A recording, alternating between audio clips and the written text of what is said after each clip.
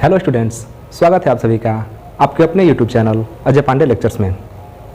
इस वीडियो में हम लोग पढ़ेंगे क्लास 10th के साइंस का एक नया चैप्टर जिसका नाम है ऊर्जा के स्रोत, सोर्स ऑफ एनर्जी। पिछले वीडियो में हम लोगों ने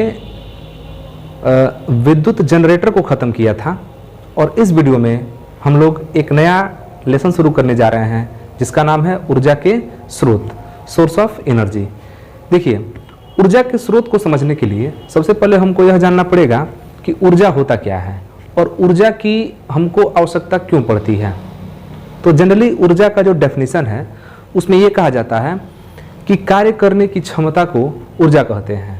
मतलब कि अगर कोई भी आप कार्य करेंगे तो उस कार्य को करने के लिए क्या चाहिए? एनर्जी चाहिए, ऊर्जा चाहिए। जैसे आप दौड़ते हैं तो जब दौड़ते हैं तो दौड़ने के लिए क्या चाहिए? एनर्जी चाहिए। आप बाइक चलाते हैं तो बाइक को चलने के लिए उसके इंजन को क्या चाहिए? एनर्जी चाहिए।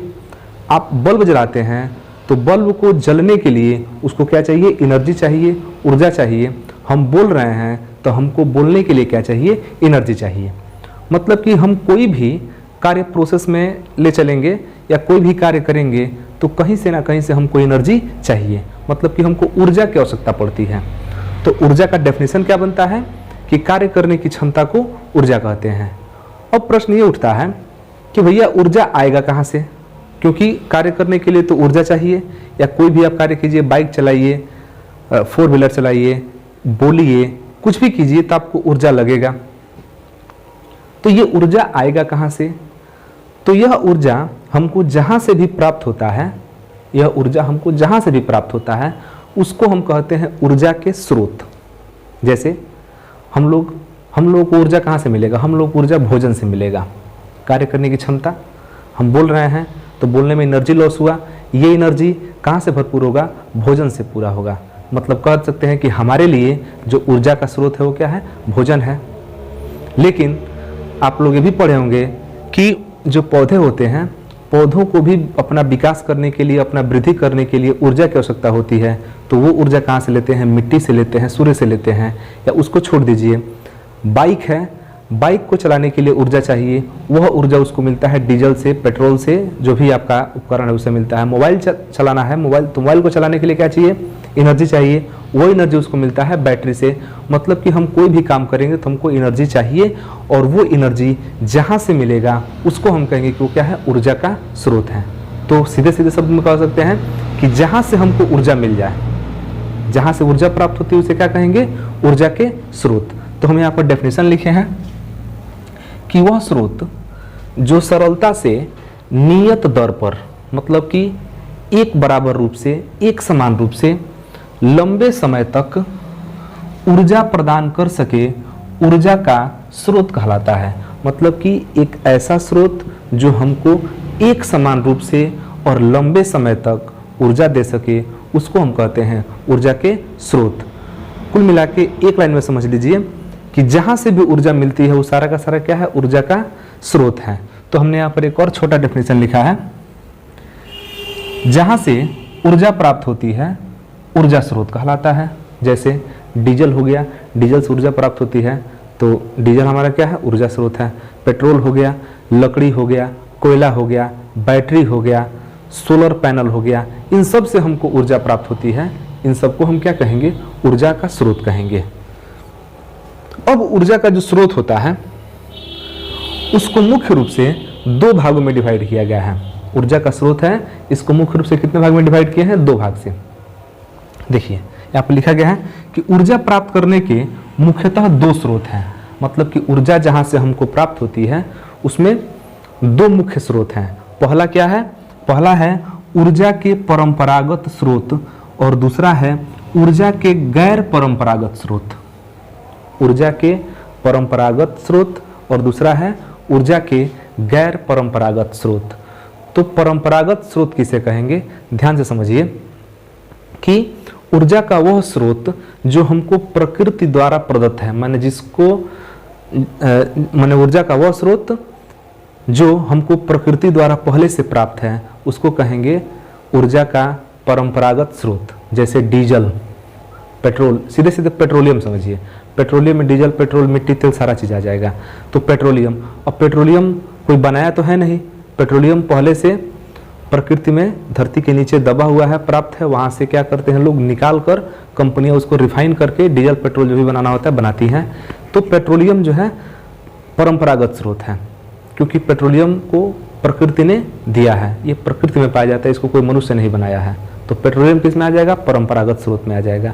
इसी के अलावा कोयला है, तो कोयला को भी किसी मनुष्य ने नहीं बनाया है, आदमी ने नहीं बनाया है, कोयला ऑलरेडी प्रकृति द्वारा दिया गया है, तो कोयला हम लोग किस में आ जाएगा? परंपरागत स्रोत में आ जाएगा। हवा है, बहता हुआ जल है, तो बहता हुआ जल कोई मनुष्य नहीं बनाया है, उसको प्रकृति द्वारा हमको प्राप्त किया गया है, तो इसको हम कहेंगे कि यह आपका परंपरागत स्रोत है। और इसमें एक और चीज़ होता है कि परंपरागत स्रोत जो है अनवीकरणीय होते हैं, मतलब कि इसका हम नवीकरण नहीं कर सकते हैं, मतलब इस एक बार ख़त्म हो जाएगा तो दोबारा हम इसको नहीं बना सकते हैं। जैसे कोयला है, कोयला के खदानों में से कोयला निकाला जा रहा है इस समय, और कोयला का जो है काफ़ी ज़्यादा मात्रा में भारत में उपयोग भी होता है, मतलब एक तरह से कहें तो ऊर्जा का सबसे बड़ा स्रोत भारत में क्या है? कोयला है। तो उस कोयला को हम पृथ्वी से निकाल रहे हैं, तो पृथ्वी के नीचे एक सीमित मात्रा में ही कोयला है, रोज रोज निकाला जा रहा है, उसमें से निकाला जा रहा है, तो धीरे धीरे वो क्या हो रहा है? खत्म हो रहा है। तो कोयला जब खत्म हो रहा है तो फिर हम नया कोयला बना नहीं सकते हैं। तो जब नया कोयला बना नहीं सकते हैं तो एक समय ऐसा आएगा कि कोयला क्या हो जाएगा? खत्म हो जाएगा। तो उस समय ऊर्जा कहाँ से मिलेगा? तो उस समय के लिए व्यवस्था करना पड़ेगा, हमको ऊर्जा का कोई वैकल्पिक स्रोत ढूंढना पड़ेगा ताकि इसको बचाया जा सके, कोयले को बचाया जा सके, जहाँ बहुत ही ज़्यादा आवश्यक है वहाँ पर कोयले का यूज हो। तो उस कंडीशन में हमको एक नए ऊर्जा के स्रोत की आवश्यकता पड़ती है, तो उस ऊर्जा के स्रोत को हम बोलते हैं ऊर्जा के गैर परंपरागत स्रोत, मतलब कि वह स्रोत जिसमें जो प्रकृति द्वारा तो प्राप्त किया जाता है, देखिए ये भी प्रकृति द्वारा प्राप्त किया जाता है ऊर्जा के गैर परंपरागत स्रोत, लेकिन इसमें नया टेक्निक क्या है कि हम टेक्नोलॉजी का यूज करते हैं, मतलब कि इससे इसको हम नया जब चाहे तब बना सकते हैं। तो गैर परंपरागत स्रोत में जो है कोयला नहीं आएगा, गैर परंपरागत स्रोत में आ जाएगा सोलर पैनल। तो सोलर पैनल में जब धूप निकलेगा तब उसमें एनर्जी देना चालू कर देगा, तब विद्युत धारा बहेगा। तो सोलर जो है गैर परंपरागत स्रोत में आ जाएगा। वैसे ऊर्जा तो प्रकृति ही दे रहा है, प्रकाश ही, सूर्य का प्रकाश ही पैनल पर पड़ रहा है, तो सूर्य के प्रकाश को पैनल क्या कर देता है? विद्युत ऊर्जा में कन्वर्ट कर देता है। तो एक तरह से देखें तो जो सोलर पैनल है ये तो प्रकृति में नहीं पाया जाता है, इसको तो मनुष्य ने बनाया है। तो सोलर पैनल हमारा क्या हो जाएगा? गैर परंपरागत ऊर्जा के स्रोत में आ जाएगा। लेकिन सूर्य का जो प्रकाश है ये परंपरागत में आ जाएगा, क्योंकि परंपरागत में सूर्य का प्रकाश हमको प्रकृति से मिला है, लेकिन सोलर पैनल हमको प्रकृति से नहीं मिला है, सोलर पैनल को मनुष्य ने क्या किया है? बनाया है। तो बनाया है तो ये गैर परंपरागत स्रोत है। बैटरी हो गया, गैर परंपरागत स्रोत हो गया। लेकिन वही कोयले की बात करें तो कोयला हमारा क्या है? परंपरागत स्रोत है, क्योंकि वो पहले से प्रकृति द्वारा हमको प्राप्त है। तो ये ध्यान देना है कि परंपरागत स्रोतों का जो परंपरागत स्रोत से जो प्राप्त हमको ऊर्जा है इसका कम उपयोग किया जाए और गैर परंपरागत स्रोत का ज़्यादा उपयोग किया जाए, ताकि भविष्य में जो है कोयला और पेट्रोलियम क्या रहे? सुरक्षित रहे। जैसे वर्तमान समय में आप देख रहे हैं कि इलेक्ट्रिक बाइक आ गई हैं, तो इलेक्ट्रिक बाइक में अब डीजल की आवश्यकता नहीं है, पेट्रोल की आवश्यकता नहीं है, उसको चार्ज कीजिए, चलाइए, तो उतना डीजल और पेट्रोल हमारा क्या हो रहा है? बच रहा है, जो भविष्य में काम करेगा। इसलिए आज के समय में चाहिए, सरकार को भी ये चाहिए कि गैर परंपरागत ऊर्जा के स्रोतों का क्या करे? बढ़ावा दे वह, और आम जनता को जो है कम दाम में उपलब्ध कराए, ताकि सब लोग जो है उस ऊर्जा से जुड़े जो गैर परंपरागत स्रोत से प्राप्त हो रहा है, और जो है ये जो डीजल पेट्रोलियम है जो भी है इसको क्या किया जाए? बचाया जा सके, कोयले को बचाया जा सके, ताकि भविष्य में जो है, क्योंकि कुछ काम ऐसे होते हैं जो कोयला से ही होगा, वो इलेक्ट्रिक से नहीं हो पाएगा, तो उस कंडीशन के लिए बचा कर रखा जाए, भविष्य में काम करेगा। तो यहाँ पर हम बात करेंगे ऊर्जा के परंपरागत स्रोत की। तो यहाँ पर डेफिनेशन लिखा गया है कि ऊर्जा के वे स्रोत जो प्रकृति द्वारा, ऊर्जा के वे स्रोत जो प्रकृति द्वारा प्रदत्त हैं तथा इनका निर्माण अत्यधिक समय में हुआ है। अत्यधिक समय का मतलब क्या है? इनके निर्माण होने में बहुत लंबा समय लगा है। जैसे कोयला है, तो कोयला तो एक दिन में बना नहीं होगा, कई लाख वर्ष लग गया कोयला बनने में, कई लाख वर्ष लगा होगा पेट्रोलियम बनने में। तो इनका निर्माण जो है अत्यधिक समय में होता है, उसको हम कहेंगे परंपरागत स्रोत। तो डेफिनेशन एक बार पुनः देख लीजिए, ऊर्जा के वे स्रोत जो प्रकृति द्वारा प्रदत्त हैं तथा इनका निर्माण अत्यधिक समय में हुआ है परंपरागत स्रोत कहलाता है।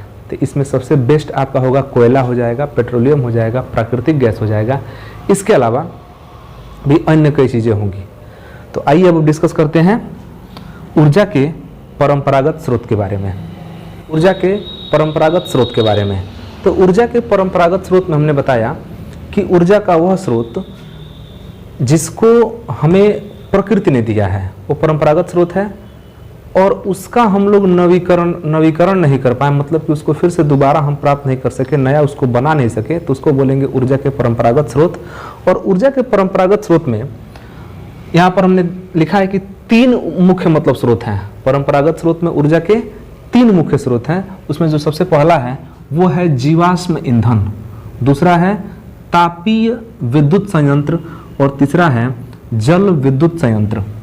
तो जीवाश्म ईंधन हमारा पहला है। जीवाश्म ईंधन को समझते हैं कि जीवाश्म ईंधन क्या है। जीवाश्म देखिए नाम से स्पष्ट है, जीवाश्म मतलब कि ऐसा ईंधन जो जीवाश्म से बना हो। जीवाश्म का मतलब हुआ सजीव से। अब सजीव में कौन कौन आते हैं? सजीव में जो है पेड़ पौधे आ जाते हैं, जीव जंतु आ जाते हैं। तो सजीव में पेड़ पौधे आएंगे और जीव जंतु आएंगे। तो वह ईंधन जिसका निर्माण सजीवों से हुआ रहता है उसको हम बोलते हैं जीवाश्म ईंधन। अब इन सजीवों से जीवाश्म ईंधन बनता कैसे है? तो बहुत पहले लाखों वर्ष पूर्व पृथ्वी पर उथल पुथल हुआ होगा, भूकंप आया होगा, तो उससे जो है पेड़ पौधे जीव जंतु सब क्या हो गए? पृथ्वी के अंदर बहुत सारे जीव जंतु पेड़ पौधे क्या हो गए? दब गए। और पृथ्वी के अंदर कई 100 फीट नीचे दबे, 400 फीट, 500 फीट, 600 फीट, 1000 फीट, कई हजार फीट नीचे दब गए। तो नीचे दबने पर उन पर उच्च दाब हुआ, पृथ्वी का उच्च दाब और उच्च ताप। तो उच्च दाब और उच्च ताप पर पेड़ पौधों जीव जंतुओं के दबने से वहाँ पर नीचे कई लाख वर्षों में ये जो जीव जंतु थे, पेड़ पौधे थे, ये पेट्रोलियम में और कोयला में क्या हो गए? परिवर्तित हो गए। तो हमने यहाँ पर लिखा है जीवाश्म ईंधन में कि लाखों वर्ष पूर्व पृथ्वी के अंदर उच्च ताप एवं दाब पर पेड़ पौधे एवं जीवों के दबे रहने के कारण इनका निर्माण होता है। तो पृथ्वी के अंदर अगर कई लाख वर्ष जो है उच्च ताप पर, उच्च दाब पर जीव जंतु को दबा दिया जाए तो किसमें हो जाएंगे? वो पेट्रोलियम में चेंज हो जाएंगे, वो कोयला में चेंज हो जाएंगे। लेकिन ध्यान दीजिए, ये मत समझिएगा कि 1 मीटर गड्ढा खोने और उसमें किसी जीव जंतु को दबा दिए, पेड़ पौधों को दबा दिए तो कोयला बन जाएगा। नहीं, ऐसा संभव नहीं है। वो तब कोयला बनेगा या पेट्रोलियम बनेगा जब वह कई हजार फीट, कई 100 फीट नीचे रहेगा, पृथ्वी के बहुत नीचे रहेगा, और ऊपर से उच्च दाब, उच्च ताप, और उसको कई लाख वर्ष छोड़ना पड़ेगा, तब जाके वो पेट्रोलियम में कन्वर्ट होगा। तो आप समझ सकते हैं कि पेट्रोलियम जो है या डीजल या जो भी आपका जीवाश्म इंजन है, पेट्रोलियम या ये कोयला या प्राकृतिक गैस, ये कितना इम्पोर्टेंट है। और ये धीरे धीरे क्या हो रहा है? ख़त्म हो रहा है। और यही मुख्य कारण है, क्योंकि ये ख़त्म हो रहा है तो ख़त्म हो रहा है और धीरे धीरे जनसंख्या हमारी क्या हो रही है? बढ़ रही है, आवश्यकताएं बढ़ रही हैं। तो ये जो हमारा स्रोत है ऊर्जा का, ये धीरे धीरे कम हो रहा है, जनसंख्या बढ़ रही है, डिमांड बढ़ रहा है, तो नेचुरल है कि धीरे धीरे क्या होगा? ये महंगा होगा। तो पहले देखिए डीजल पेट्रोल कितना सस्ता होता था, अभी कितना क्या हो रहा है? महंगा हो रहा है। तो कहीं ना कहीं इनका कम होना और आबादी का बढ़ना इस डीजल पेट्रोल के महंगे होने का मुख्य कारण है। तो यहाँ पर समझ सकते हैं कि जीवाश्म ईंधन। एक चीज़ और है, आप जीवाश्म ईंधन को दोबारा नहीं क्रिएट कर सकते हैं, बना नहीं सकते। मत सोचिए कि पेट्रोलियम खत्म होगा तो फिर से हम पेट्रोलियम धरती के नीचे बना लेंगे, ऐसा नहीं है। इसलिए हम कह रहे हैं कि आप जो है गैर परंपरागत ऊर्जा के स्रोतों का अधिक से अधिक उपयोग कीजिए। संभव है तो उसका प्रयोग कीजिए, नहीं तो फिर जीवाश्म ईंधन का तो प्रयोग करना ही है। तो जहाँ तक संभव हो सके गैर परंपरागत ऊर्जा का जो स्रोत है उसका उपयोग करना चाहिए। और सरकार को भी ये चाहिए कि वो गैर परंपरागत ऊर्जा स्रोत का क्या करे? बढ़ावा दे। जैसे मान लीजिए कि सोलर को जो है कम दाम पर उपलब्ध करा दे, जिस तरह राशन बंटता है उस तरह सरकारी दुकान पर सोलर को भी क्या करे? कम दाम पर उपलब्ध कराए, ताकि सारे लोग क्या करें? उसका उपयोग करें। अब सभी लोग सोलर अगर ले लें, संभव तो चूँकि नहीं है सभी लोग का सोलर ले लेना, लेकिन फिर भी अगर जितना ही अधिक से अधिक लोग सोलर का उपयोग करेंगे तो बिजली हमारी क्या होगी? बचेगी। और बिजली हमारा बनता किससे है? तो देखिए बिजली बनेगा तापीय विद्युत संयंत्र से या जल विद्युत संयंत्र से। तो तापीय विद्युत संयंत्र से जब बिजली बनेगा तो उसमें भी हमको कोयला जलाना पड़ता है, डीजल जलाना पड़ता है, पेट्रोल जलाना पड़ता है। तो वहाँ पर भी एक तरह से जीवाश्म ईंधन से ही हम क्या कर रहे हैं? इलेक्ट्रिक बना रहे हैं। तो इलेक्ट्रिक भले हम लोग यूज कर रहे हैं, लेकिन खत्म हो रहा हमारा क्या हो रहा है? जीवाश्म ईंधन ही खत्म हो रहा है। इसलिए सरकार को ये चाहिए कि वो गैर परंपरागत स्रोत की तरफ बढ़े और इस पर विशेष ध्यान दें।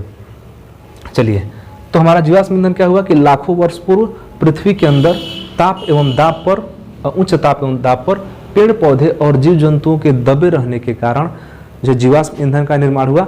अब जीवाश्म ईंधन में 3 चीजें प्रमुख हैं, 3 प्रकार के ईंधन बनते हैं जीवाश्म ईंधन में। ठोस बनता है, द्रव बनता है और गैस बनता है। तो जो ठोस ईंधन है उसमें सबसे महत्वपूर्ण है कोयला, और भारत में कोयला सबसे बृहद ऊर्जा ईंधन के रूप में उपयोग किया जाता है। सबसे बड़े पैमाने पर कोयले का उपयोग किया जाता है। पहले तो ट्रेनें भी कोयला से चलती थी। सोचिए कितना ज़्यादा कोयले का उपयोग होता होगा। ट्रेन को जो है कोयला से चलाया जाता था। उसके बाद से थोड़ा सा मॉडिफिकेशन हुआ, उसमें बदलाव हुआ, तो ट्रेनें डीजल से चल रही हैं। इस समय वर्तमान समय में ट्रेनें कैसे चल रही हैं? डीजल से चल रही हैं। कहीं कहीं पर ट्रेनें जो हैं इलेक्ट्रिक से भी चल रही हैं, बहुत जगहों पर चल रही हैं। लेकिन आज भी बहुत जगह ऐसा है कि डीजल वाले जो है इंजन चलाने पड़ रहे हैं। तो डीजल वाले इंजन चलेंगे तो फिर देखिए हमारा जीवाश्म ईंधन ही क्या होगा? कम होगा। तो इसमें दिन पर दिन कमी ही हो रहा है क्योंकि उपभोग इसका ज़्यादा है। तो कोयला हमारा किस में आ जाएगा? जीवाश्म ईंधन में आ जाएगा। अब कोयला बना किससे है? तो कोयला देखिए कार्बन, हाइड्रोजन, नाइट्रोजन, ऑक्सीजन, इनका क्या होता है? मिश्रण होता है। उसमें ज़्यादातर मात्रा में क्या पाया जाता है? कोयला पाया जाता है। तो कोयला, हाइड्रोजन, नाइट्रोजन, ऑक्सीजन, अन्य चीज़ों का क्या होता है? मिश्रण होता है कोयला। और कोयले का उपयोग अपने यहाँ गांव देहात में जो है भोजन बनाने के लिए इसका ज़्यादातर उपयोग किया जाता है। इसके अलावा इसका थोड़ा औद्योगिक क्षेत्र में भी उपयोग कर लेते हैं लोग। जो होटल वाले लोग होते हैं, जो नॉर्मली छोटे छोटे बाज़ारों में जो लोग होते हैं, वो क्या करते हैं? कोयले पर ही चाय बनाते हैं, समोसा बनाते हैं। तो सारा चीज़ वो लोग कोयले पर ही काम चला लेते हैं। और गाँव में भोजन बनाने के लिए कोयले का उपयोग किया जाता है। इसके अलावा बड़ी बड़ी फैक्ट्रियों में भी कोयले का बहुत ज़्यादा उपयोग किया जाता है ईंधन के रूप में। तो कोयला जो है एक ईंधन का बृहद रूप है। इसके बाद बात करते हैं पेट्रोलियम की। तो पेट्रोलियम एक द्रव है। पेट्रोलियम काले रंग का एक द्रव होता है और इसी पेट्रोलियम से डीजल, पेट्रोल, मिट्टी तेल, ये सारी चीज़ें बनाई जाती हैं। इस डीजल को रिफाइन कर करके और पेट्रोल में, डीजल में कन्वर्ट किया जाता है। और पेट्रोलियम इतना उपयोगी है कि जितने भी वाहन होते हैं, चाहे अधिकांश जो मशीनें होती हैं, वो किससे चलती हैं? आपकी पेट्रोलियम से चलती हैं। जनरेटर हो गया, बाइक हो गया, कार हो गया, ट्रेन वर्तमान समय में चल रही हैं। तो ये सारी चीज़ें किससे चलती हैं? पेट्रोलियम से चलती हैं। अब इसमें यही हमारा लक्ष्य होना चाहिए कि हम पेट्रोलियम का उपयोग धीरे धीरे क्या करें? कम से कम करें और इसको गैर परंपरागत ऊर्जा के स्रोत की तरफ बढ़ाया जाए। तो पेट्रोलियम, देखिए पेट्रोलियम को तरल सोना भी कहा जाता है। ये गोल्ड से कम नहीं है। पेट्रोलियम को तरल सोना कहा जाता है। 70 साल पहले सऊदी, दुबई के पास कुछ नहीं था। वो देश गरीब था। लेकिन जैसे ही उनको पता चला कि उनके यहाँ पेट्रोल है और वो पेट्रोल निकाल के बेचना चालू किए, आज देखिए सऊदी अरब और दुबई या जो भी जहाँ से पेट्रोल निकलता है वो कितना भारत से आगे है। क्योंकि पेट्रोल क्या है, या आपका जो पेट्रोलियम क्या है? ये तरल सोना है और हर देश को इसका क्या है? डिमांड है। इसलिए वो देश क्या है? पैसे के मामले में आगे हैं। उनका अपना कुछ नहीं है। तेल खत्म, खेल खत्म। तो पेट्रोलियम देखिए किससे मिलकर बना है? पेट्रोलियम बना है हाइड्रोकार्बन से। हाइड्रोकार्बन का मतलब कि हाइड्रोजन और कार्बन, H2O जल है, कुछ साल्ट होता है, नाइट्रोजन है, ऑक्सीजन है, सल्फर है। तो इतने चीज़ों से मिलाकर पेट्रोलियम बनता है। इनके अलावा भी बहुत सारी उसमें चीज़ें मिली होती हैं, लेकिन ये मुख्य हैं और इनसे मिलाकर क्या बनता है? पेट्रोलियम बनता है। और पेट्रोलियम का उपयोग सबसे ज़्यादा जो है मशीनों को चलाने में किया जाता है। इसके बाद 3rd नंबर जो है प्राकृतिक गैस है। प्राकृतिक गैस में मेथेन, ब्यूटेन जो रसोई गैस में यूज किया जाता है, जो सिलेंडर भर के आता है, उसमें प्राकृतिक गैस है। इसके अलावा इसका सबसे अच्छा उपयोग CNG के रूप में होता है, कंप्रेस्ड नेचुरल गैस। CNG का जो है इसका उपयोग ऑटो चलाने में, या कोई भी 4 व्हीलर है तो 4 व्हीलर में डीजल पेट्रोल के बदले में जो नई गाड़ियाँ आ रही हैं उसमें क्या दे रहा है? CNG दे रहा है। आप CNG डलवा के चलाइए। CNG से देखिए फ़ायदा क्या है? CNG से प्रदूषण कम होता है। CNG से प्रदूषण कम होता है, सबसे बड़ी चीज़ है। और साउंड उतना उत्पन्न नहीं होता है जितना कि डीजल या पेट्रोल इंजन जितना साउंड उत्पन्न करता है, उतना साउंड ये CNG वाला नहीं उत्पन्न करता है। तो CNG भी क्या है? बहुत ही महत्वपूर्ण है, जिसका उपयोग भोजन पकाने के लिए और वाहनों को चलाने के लिए किया जाता है। और इन तीनों जो आपके पास जीवाश्म ईंधन है, इन तीनों जीवाश्म ईंधनों का सबसे एक कमी है, वो ये है कि जीवाश्म ईंधन से पर्यावरण प्रदूषित होता है।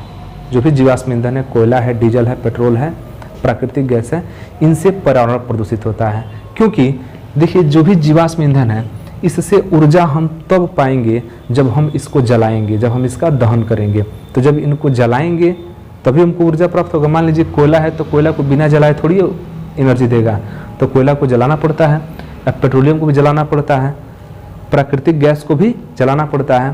तो जब इसको हम जलाएंगे तो इसमें से धुआं उत्पन्न होगा, और धुआं उत्पन्न होगा तो ये पर्यावरण में जो है कार्बन डाइऑक्साइड की मात्रा को क्या कर देगा, बढ़ा देगा और पर्यावरण को प्रदूषित करेगा। इसके अलावा पेट्रोलियम, कोयला और पेट्रोलियम, चूँकि पेट्रोलियम को जलाने पर राख तो नहीं बनता है लेकिन धुआं यहाँ से बनेगा, कोयला को जलाने पर राख बनता है। तो यहाँ से दो समस्याएं हैं। एक तो इसका जो धुआं निकला वो पर्यावरण को प्रदूषित कर दिया, और जो राख निकला ये राख भी मृदा को प्रदूषित करता है। तो इस जीवाश्म ईंधन की ये एक ड्रॉबैक है कि ये पर्यावरण को क्या करता है, प्रदूषित करता है। अब इसके बाद से है तापीय विद्युत संयंत्र। तापीय विद्युत संयंत्र का मतलब हुआ कि हम यहाँ पर ताप के द्वारा, ताप का प्रयोग करके विद्युत उत्पन्न किया जाता है, विद्युत उत्पन्न करेंगे। तो तापीय विद्युत संयंत्र में क्या होता है कि जल को उबाला जाता है। हमने पिछली वीडियो में जनरेटर को पढ़ाया था, और जनरेटर में हमने बताया था कि जब जनरेटर के शाफ्ट को घुमाते हैं तो उससे जुड़ा हुआ जो आर्मेचर होता है वो आर्मेचर घूमता है, और दोनों तरफ जो चुंबक लगे होते हैं उससे जुड़ा हुआ चुंबकीय क्षेत्र में क्या होता है, परिवर्तन होता है, और जब परिवर्तन होता है तो उसमें विद्युत धारा बहता है। तो यहाँ पर जनरेटर को बड़े बड़े टरबाइन के रूप में यूज किया जाता है। ये बड़ा टरबाइन है, छोटा सा होगा तो जनरेटर कह देंगे, डायनेमो। अब बड़ा सा होगा तो उसको क्या कहा जाएगा, टरबाइन। और टरबाइन में शाफ्ट लगा होता है, और इस शाफ्ट में पंखुड़ियाँ लगी होती हैं। देखिए इसको मान लीजिए कि टरबाइन है, और इस टरबाइन में ये आपका पंखुड़ी लगा हुआ है, ये शाफ्ट लगा हुआ है, और इस शाफ्ट में बहुत सारी पंखुड़ियाँ, चौड़ी चौड़ी पंखुड़ियाँ लगी होती हैं, चौड़ी चौड़ी पंखुड़ियाँ लगी होती हैं। और इधर क्या होता है कि जल से भरा हुआ बहुत बड़े बड़े टैंकर होते हैं, जल से भरे हुए बहुत बड़े बड़े टैंकर होते हैं, और उन टैंकरों में जो जल भरा होता है इस जल को पाइप से कनेक्ट करके, जो ट्यूब होते हैं पाइप से कनेक्ट कर दिया जाता है, और इस पाइप में पानी भरा होता है। इस पाइप में क्या भरा होता है, ऐसे पानी भरा होता है, इस पाइप में पूरा पानी भरा होता है। और जब इसको हम कोयले की मदद से, इसको हम क्या करते हैं, कोयले की मदद से गर्म करते हैं, तो होता ये है कि जब कोयले की मदद से इसको गर्म करेंगे तो इसका जो जल है वो वाष्प बनेगा, और वाष्प बनेगा तो ऊपर की तरफ उठेगा, तो वाष्प बनता है, और वाष्प में बड़ी शक्ति होती है। आप लोग सुने होंगे कि जेम्स वाट ने वाष्प इंजन का खोज किया था, वाष्प में शक्ति है। अब वाष्प क्या होगा कि इस पाइप के थ्रू होता हुआ जाएगा, और पाइप में जो पानी है वो भी कोयले से क्या होता है, गर्म हो जाता है, और ये पूरा जबरदस्त वाष्प बनाता है। और यह वाष्प इतना तेज प्रेशर बनाता है कि इस प्रेशर को जैसे ही हम इस पंखुड़ियों पर डालते हैं, ये पंखुड़ियाँ क्या होती हैं, घूमने लगती हैं। ये मान लीजिए कि टरबाइन का पंखुड़ी है, इस पर प्रेशर डाला जा रहा है वाष्प का, तो वाष्प जब टकराएगा तो पंखुड़ी क्या होगा, घूमेगा। जब टकराएगा तो घूमेगा, तो वह यहाँ पर प्रेशर इतना ज़्यादा होता है कि इसको पाइप के द्वारा पंखुड़ी पर डाला जाता है। अब पंखुड़ी क्या होता है, घूमने लगता है, और हमको तो बस टरबाइन को घुमा देना है, और टरबाइन घूमने लगता है, यहाँ से बिजली प्राप्त होने लगता है। जैसे जनरेटर में देखे होंगे कि डायनेमो को चलाने के लिए, डायनेमो को घुमाने के लिए पीछे डीजल इंजन में जोड़ा जाता है। डायनेमो घुमाने के लिए पीछे क्या करते हैं, डीजल इंजन में जोड़ देते हैं, और डीजल इंजन को चालू कर देते हैं। डीजल इंजन चलने लगता है, तेल डाल देते हैं उसमें, चलने लगता है, टरबाइन घूमता है तो वहाँ से बिजली बनाता है। तो यहाँ पर चूंकि इसको डीजल इंजन से नहीं चलाते हैं, क्योंकि जो टरबाइन होता है ना काफ़ी बड़ा होता है, बहुत बड़े बड़े टरबाइन होते हैं, और ये कई हज़ार वोल्ट एक बार उत्पन्न करते हैं, सब बहुत ज़्यादा वोल्टेज उत्पन्न करता है। तो इसको चलाने के लिए हम वाष्प का उपयोग करते हैं, और वाष्प को बनाते किससे हैं, तो वाष्प को जल से बनाया जाएगा। अब जल से वाष्प बनाएंगे तो इसका मतलब क्या है कि जल को गर्म करना पड़ेगा। तो गर्म करने के लिए हम कोयले का उपयोग करते हैं, पेट्रोलियम का उपयोग करते हैं। मतलब कुल मिला के भले हम विद्युत ऊर्जा प्राप्त कर रहे हैं, लेकिन एक तरफ से यह उपयोग हो रहा है कौन, जीवाश्म ईंधन। तो जीवाश्म ईंधन से ही हम लोग क्या करते हैं, यहाँ पर बिजली बनाते हैं। तो यहाँ से जो वाष्प स्टीम निकलता है उसको पंखुड़ियों पर डाला जाता है, पंखुड़ियाँ पूरा घूमने लगती हैं और घूमता है तो बस इधर से बिजली देना चालू कर देता है। ये डायनेमो का ही क्या है, बड़ा भाई है, बड़ा हिस्सा है। ते हुआ तापीय विद्युत संयंत्र। और इससे समस्या यही है कि तापीय विद्युत संयंत्र भी क्या लेता है, जीवाश्म ईंधन ही लेता है। और इससे इसका एक और कमी है, इससे भारी मात्रा में प्रदूषण होता है। क्योंकि जब देखिए कोयला को जलाकर बहुत ज़्यादा मात्रा में जल को उबाला जाएगा तो ज़्यादा मात्रा में जल को उबालने के लिए ज़्यादा मात्रा में कोयला भी जलाना पड़ेगा, ज़्यादा मात्रा में जीवाश्म ईंधन जलाना पड़ेगा। और जब ज़्यादा मात्रा में जीवाश्म ईंधन जलेगा तो वहाँ से धुआं भी बहुत ज़्यादा मात्रा में निकलेगा, और धुआं ज़्यादा मात्रा में निकलेगा तो पर्यावरण में प्रदूषण भी उतना ही ज़्यादा होगा। इसलिए इसको देखिए, इसको तो एक बनाया जाता है जो तापीय विद्युत संयंत्र है, ये आबादी से बाहर बनाया जाता है। क्योंकि जब इसमें से धुआं निकलता है तो पर्यावरण क्या कर देगा, प्रदूषित कर देगा वहाँ का। तो जो अगल बगल के जो जीव जंतु हैं, चाहे जो भी लोग रहने वाले हैं, वो प्रभावित हो जाएंगे। इसलिए जो तापीय विद्युत संयंत्र है इसको बनाया जाता है आबादी से बाहर, जहाँ अगल बगल लोग नहीं रहते हैं। और इसमें जीवाश्म ईंधन का ज़बरदस्त खर्च है। तो एक तरह से देखें तो हम लोग जीवाश्म ईंधन से ही क्या प्राप्त कर रहे हैं, विद्युत ऊर्जा प्राप्त कर रहे हैं। तीसरा जो है, हाँ एक चीज़ और है, तापीय विद्युत संयंत्र। हम भले इसको विद्युत प्राप्त कर रहे हैं लेकिन ओरिजिनल में ये जो इसका जो खर्च है जो चल रहा है वो जीवाश्म ईंधन से ही चल रहा है। इसलिए इसको परंपरागत स्रोत में रखा गया, क्योंकि जीवाश्म ईंधन जो भी डीजल, पेट्रोल, कोयला, पेट्रोलियम गैस जो भी है सारा का सारा किस में आता है, जीवाश्म ईंधन में, परंपरागत स्रोत में आता है। इसके बाद है जल विद्युत संयंत्र। अब जल विद्युत संयंत्र में इसी को थोड़ा सा, इसकी टेक्नोलॉजी को थोड़ा सा क्या कर दिया गया, बढ़ा दिया गया। मतलब कि विद्युत संयंत्र है लेकिन यहाँ पर टेम्परेचर से, वाष्प से चल रहा था, यहाँ पर चलेगा जल से। आप लोग जानते हैं कि बहते हुए जल में गतिज ऊर्जा होती है। बहते हुए जल में क्या होती है, गतिज ऊर्जा होती है। तो हम उस गतिज ऊर्जा का उपयोग करके, उस गतिज ऊर्जा का प्रयोग करके टरबाइन चलाते हैं, और उस टरबाइन से क्या प्राप्त होता है, हमको बिजली प्राप्त होता है। अब देखिए उसमें क्या होता है, इसमें होता क्या है कि बड़े बड़े नदियाँ जो है, बड़ी बड़ी नदियाँ हैं, तो बड़ी बड़ी नदियों पर बांध बांध दिया जाता है। इधर ये सब नदी है, ये पानी है पूरा, तो बड़ी बड़ी नदियों पर जो है बड़ा बड़ा बांध बांध दिया जाता है। और बड़े बड़े बांध से बांध कर यहाँ पर छोटे छोटे, मतलब कि यहाँ से पाइप लगा दिए जाते हैं। और इन पाइप से अगर पानी को छोड़ा जाए तो सोचिए इधर कितना पानी है। और अगर इसको एक आप छोटे पाइप से छोड़ते हैं, इसकी तुलना में तो छोटा ही है, तो छोटे अगर पाइप से छोड़ा जाए तो बहुत तीव्र गति से, इसका स्पीड इतना ज़्यादा होता है कि बहुत तीव्र धारा से पानी बहता है। अब इसमें किया क्या गया कि इसी टरबाइन पर, ध्यान दीजिएगा, इसी टरबाइन पर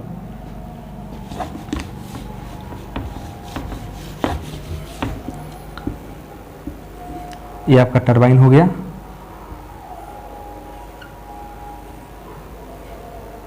इसकी पंखुड़ियाँ हो गई। अब जब इसी टरबाइन पर यह जो तीव्र गति से जो बहता हुआ जल है वो सीधे इस पर गिराया जाता है।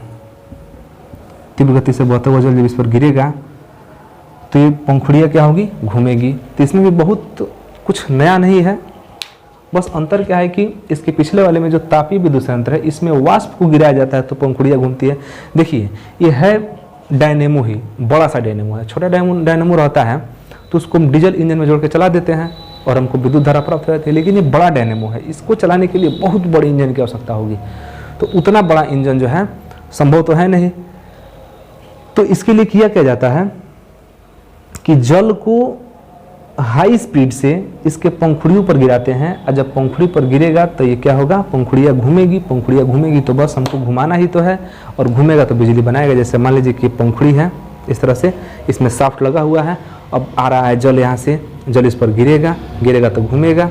तब तक ये इधर आ गया, पहले फिर से जल आ गया, फिर गिरा, जल तो निरंतर आ ही रहा है और इस पर गिर रहा है, पंखुड़ियाँ लगातार क्या हो रही है, घूम रही है। ये बहुत ज़्यादा स्पीड से जल को गिराया जाता है और इतना तेज़ी से गिराया जाता है कि ये बहुत स्पीड घूमता है, बहुत तेज़ पंखुड़ियाँ घूमता है।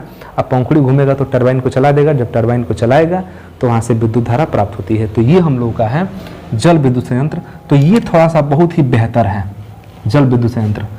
जल विद्युत संयंत्र में देखिए किसी भी प्रकार का कोई प्रदूषण नहीं होता है, क्योंकि इसमें जीवाश्म ईंधन का प्रयोग ही नहीं हो रहा है जल विद्युत संयंत्र में। दूसरा चीज़ कि इसमें जो जल चाहिए वो भी हम लोग को खरीदना नहीं पड़ता है। जो जल है वो नदियों द्वारा प्राप्त हो जाता है, तो वो भी बिना फ्री का जल मिल जाता है। उसके बाद से बस इसमें खर्च क्या है, इसके देख रेख में, रख रखाव में खर्च है।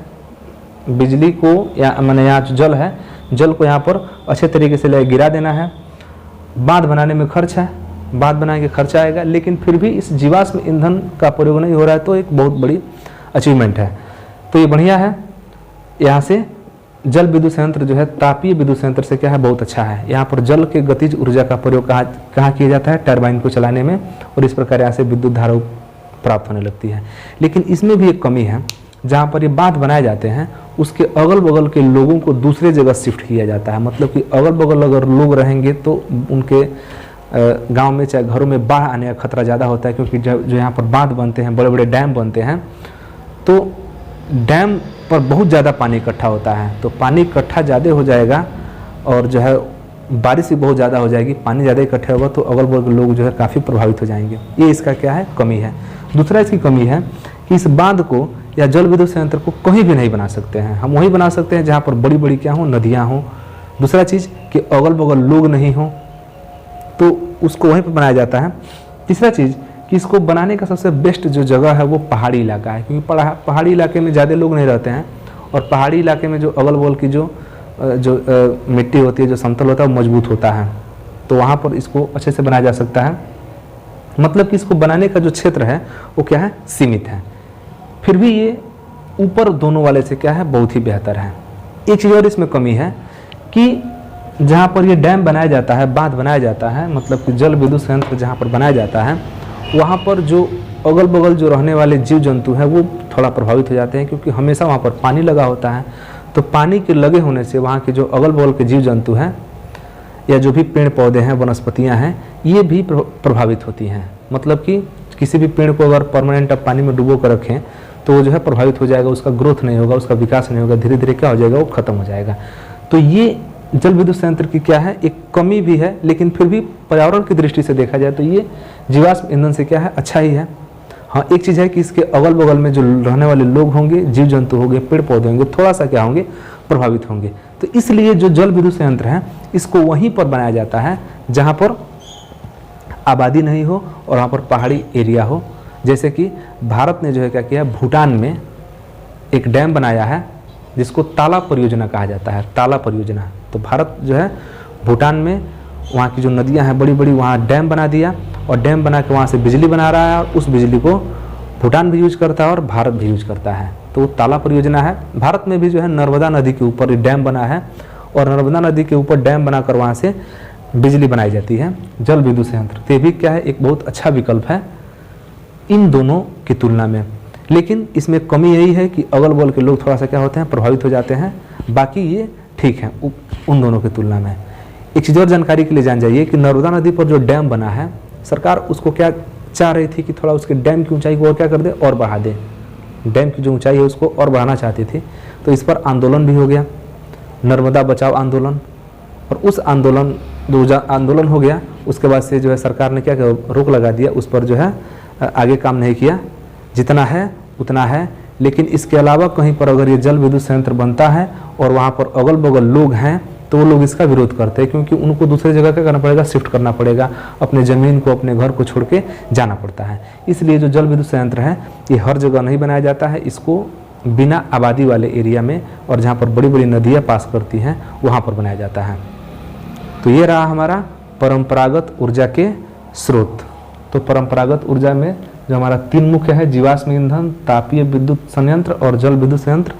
अगले वीडियो में हम लोग पढ़ेंगे इसके गैर परंपरागत ऊर्जा के स्रोत के बारे में। तो ये वीडियो आपको कैसा लगा आप हमें कमेंट सेक्शन में ज़रूर लिखिएगा, और मिलते हैं अगले वीडियो में इसी से अगले वाले नए टॉपिक के साथ। तब तक के लिए धन्यवाद। जय हिंद।